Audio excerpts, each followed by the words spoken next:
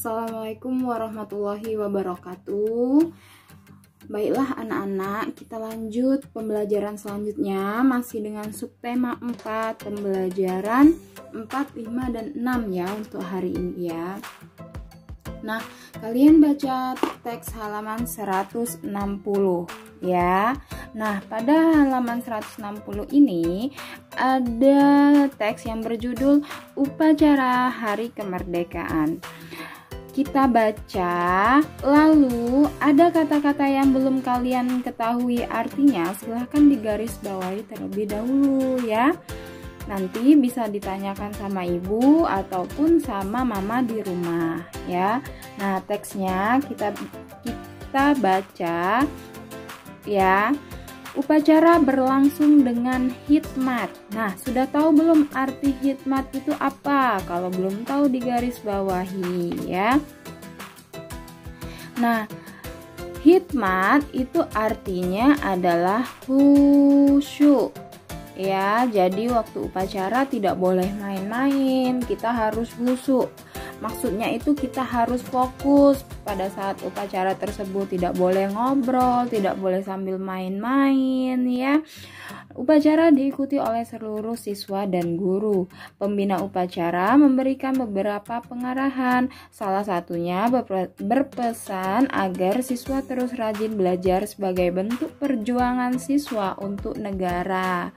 Nah, jadi kalau kita belajar itu adalah bentuk perjuangan kita untuk negara kita ya, negara Indonesia. Seluruh siswa harus mengenang jasa-jasa pahlawan yang telah berjuang untuk kemerdekaan Indonesia. Kemudian ada petugas upacara yang membacakan naskah proklamasi. Nah, proklamasi, sudah tahu belum proklamasi itu apa? Proklamasi itu adalah pengumuman resmi. Ya, pengumuman resmi atau pemberitahuan resmi untuk seluruh rakyat Indonesia pada saat itu ya, bahwa kita merdeka pada tanggal 17 Agustus 1945. Nah, pada halaman 161 terdapat naskah proklamasi. Artinya apa? Pemberitahuan resmi kepada seluruh rakyat Indonesia pada saat itu bahwa Indonesia itu merdeka ya. Proklamasi ini dibacakan pada tanggal 17 bulan 8 tahun 1945 ya, dibacakan oleh Bapak Soekarno. Nah, Bapak Soekarno ini adalah presiden pertama Indonesia ya. Silahkan kalian simak video pembacaan teks proklamasi pada saat itu oleh Bapak Soekarno ya. Berikut videonya.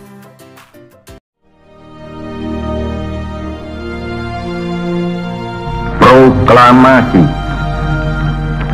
Kami, bangsa Indonesia, dengan ini menyatakan kemerdekaan Indonesia.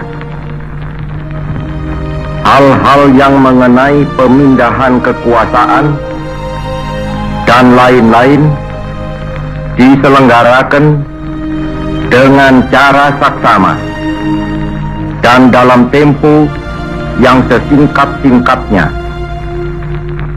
Jakarta, 17 Agustus 1945, atas nama bangsa Indonesia, Soekarno Hatta.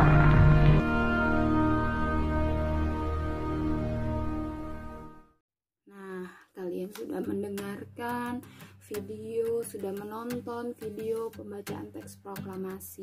Banyak sekali kata-kata yang sudah kita temukan. Itu ada kata kemerdekaan, yang berarti apa kalau kemerdekaan? Artinya kebebasan ya. Kalau sudah merdeka berarti kita bebas dari penjajahan. Nah, selanjutnya bangsa. Ada negara, ada perselisihan, ada rakyat ya. Kalau bangsa itu artinya sama dengan rakyat ya. Nah, bangsa itu orangnya, berarti rakyat ya. rajin apa? Tekun, malas, atau lesu? Persamaan katanya. Ya, rajin itu tekun. Kalau perjuangan, nomor 4, perjuangan ada kata bekerja sama, menyerah, perlawanan. Nah, kalau perjuangan itu berarti kita berjuang, ya, sama kayak teks yang pada halaman 160 tadi. Kalau kita sebagai murid, kita sedang melakukan perjuangan untuk negara, berarti kita melakukan perlawanan, ya. Nah, untuk memperjuangkan negara kita. Selanjutnya nomor 5, mengenang. Itu ada kata merayakan, mengingat, meminjam. Yang mana? Mengenang itu ya mengingat, ya. Silahkan kalian kerjakan 1-5 ini sudah kita kerjakan sama-sama. Selanjutnya halaman 162, ya. Nah, 163 itu silahkan kalian baca lalu dikerjakan. Halaman 163 dan halaman 164, ya. Ini gambar ini berasal dari suku mana, ya? Coba lihat ini suku mana? Ya, Bali, ya. Jadi kalau di Indonesia itu terdapat beberapa suku, banyak perbedaannya. Ada suku Bali, suku Batak, suku Jawa, Betawi, Sunda, dan masih banyak lagi yang lainnya, ya. Silakan kalian baca dan dipelajari, ya. Nah, selanjutnya halaman 167, silahkan dikerjakan, ya. Nah, kita langsung ke halaman 169.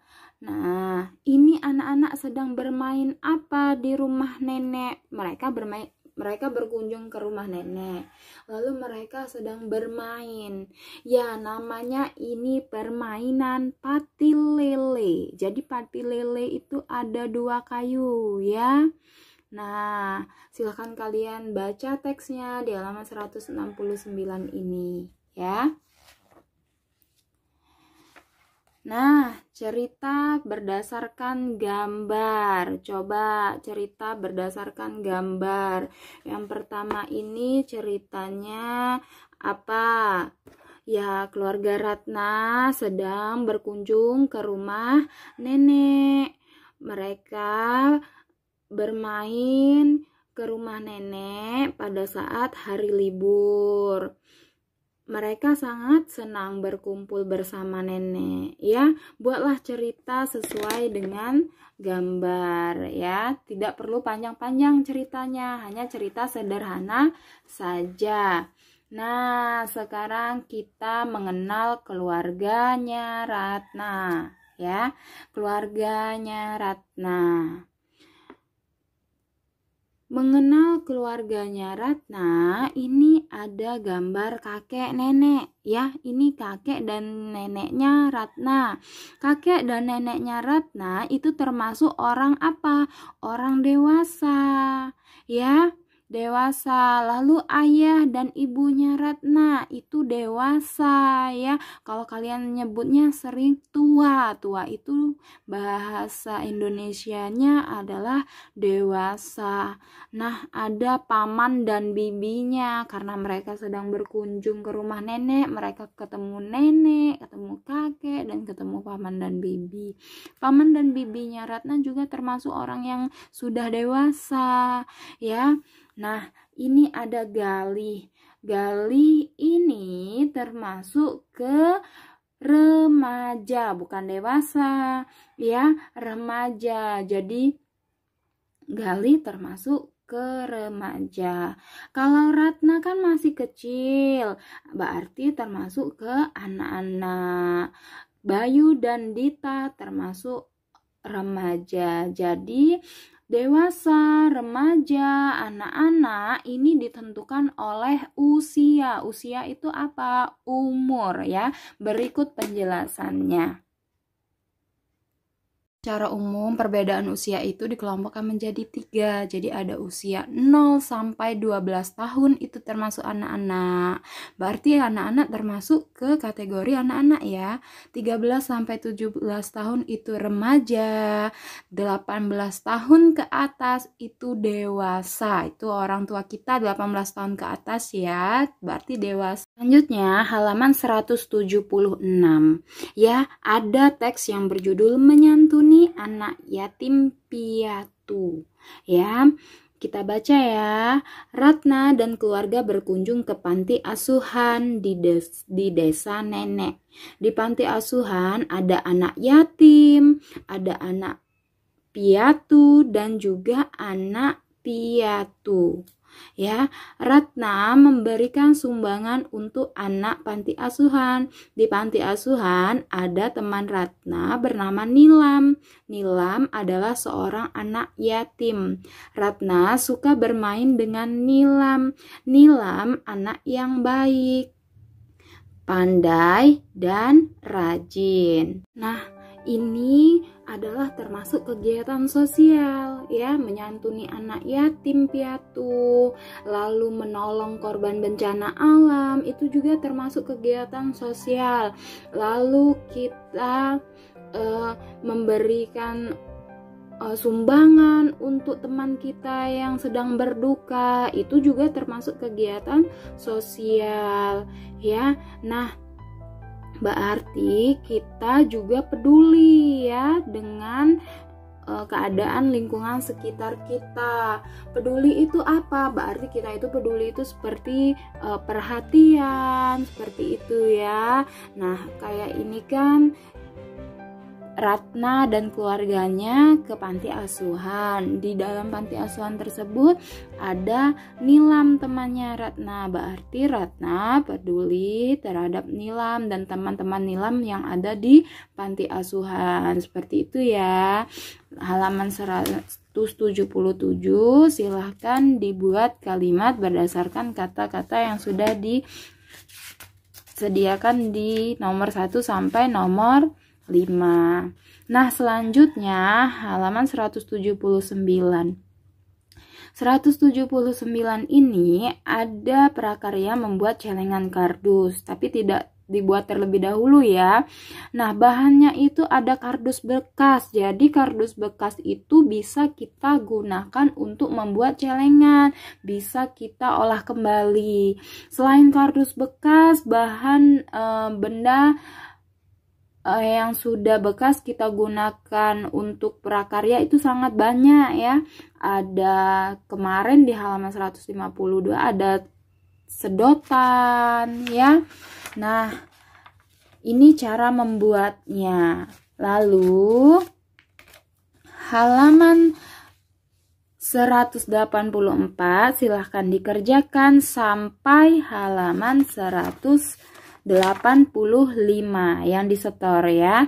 Berarti halaman 184 sampai halaman 185 silahkan kalian kerjakan lalu disetor ya besok sama ibu. Nah, pembelajaran hari ini kita cukupkan sampai di sini. Semoga kalian memahami materi hari ini. Ibu akhiri, wassalamualaikum warahmatullahi wabarakatuh.